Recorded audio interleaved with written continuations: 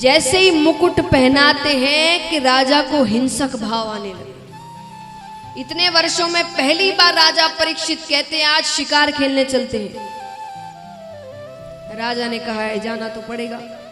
अब जा रहे हैं तो बीच रास्ते में वो देखते हैं कि एक शूद्र एक पैर के बैल को लाठी से मार रहा है, बड़ी बेरहमी से। नीचे जमीन पर एक गौ माता पड़ी है जिसे वो हर थोड़ी देर में पैर की ठोकर मार रहा है। राजा ने कहा मेरे राज्य में ऐसी क्रूरता का कार्य। उसे पूछते हैं वो कौन है। शूद्र ने कहा मेरा नाम कलयुग है। कौन हूं मैं? कलयुग। ये बैल कौन है? बोले ये धर्म है। एक पैर। कलयुग में धर्म केवल दान से किया जाए, बाकी कोई चीज, क्योंकि देखिए लक्षण कई है। अब तप करना, वैराग्य लेना, ये सारी चीजें, मोह माया नहीं छूटती किसी से आजकल। सुपारी ना छूटे, मोह माया कहां से? तो ये सारी चीजें हम सब कर नहीं सकते। कौन सी कर सकते हैं? शूद्र ने कहा देखिए कलयुग के जीव धन का कमाने में बड़े व्यस्त होंगे, तो धन कमाएंगे तो थोड़ा दान भी कर देंगे कि भाई कुछ पुण्य मिल जाए। तो धर्म केवल दान से होगा। ये गौ माता कौन है? बोले ये पृथ्वी है। इसकी ऐसी हालत होगी, है ही हालत हम देख रहे हैं। कितनी जगहों पर पानी की कमी हो गई है, इतनी गंदगी हो रही है, अभी कुछ समझ में नहीं आ रहा। धीरे धीरे जब सबके शहरों में ऐसी हालत होगी ना, तब जाकर हमें समझ आएगा।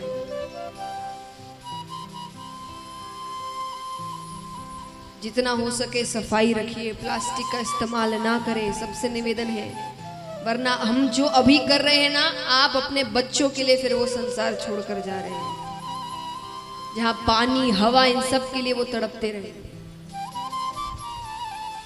तो कलयुग ने कहा कि पृथ्वी की ऐसी ही हालत होगी कलयुग में। राजा ने कहा ऐसा समय आने वाला है तो तुम्हारा तो मर जाना ही अच्छा। तलवार निकालते मारने लगते हैं कि उसने कहा मुझ में लाख अवगुण है, पर एक ऐसा गुण है जो किसी युग में नहीं था। कौन सा गुण?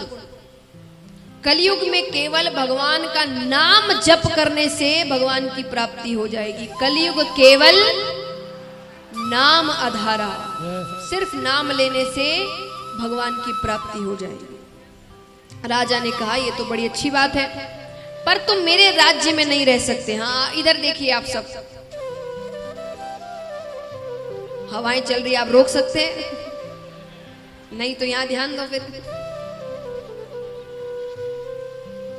तो महाराज देखिए ये भगवान ना जानबूझ के करते हैं, आपको दिखाने के लिए कि आपका कथा में कितना ध्यान है।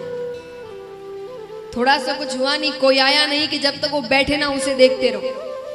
हल्की सी हवा चली नहीं कि हवा कोई देखो।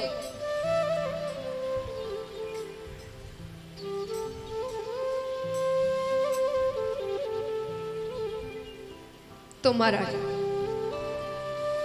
तो राजा ने कहा कि तुम मेरे राज्य में नहीं रह सकते, कहीं और जाकर रहो। बोले कहाँ रहूं?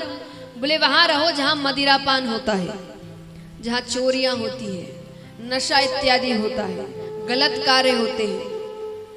अब कलयुग मन में कह रहा है कि ये सारे प्लॉट तो मैंने पहले से ही बुक करके रखे।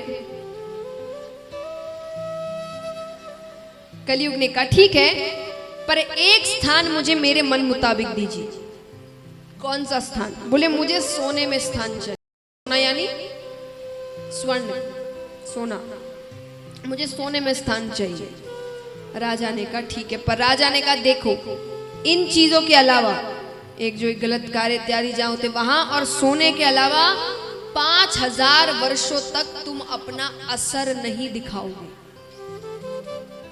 उसने कहा ठीक है। देखिए हम सब कहते हैं कलयुग आ गया, कलयुग आ गया। कहां कलयुग आया? कलयुग की आयु कितनी है? उम्र होती है ना हर किसी की। कलयुग की आयु कितनी है?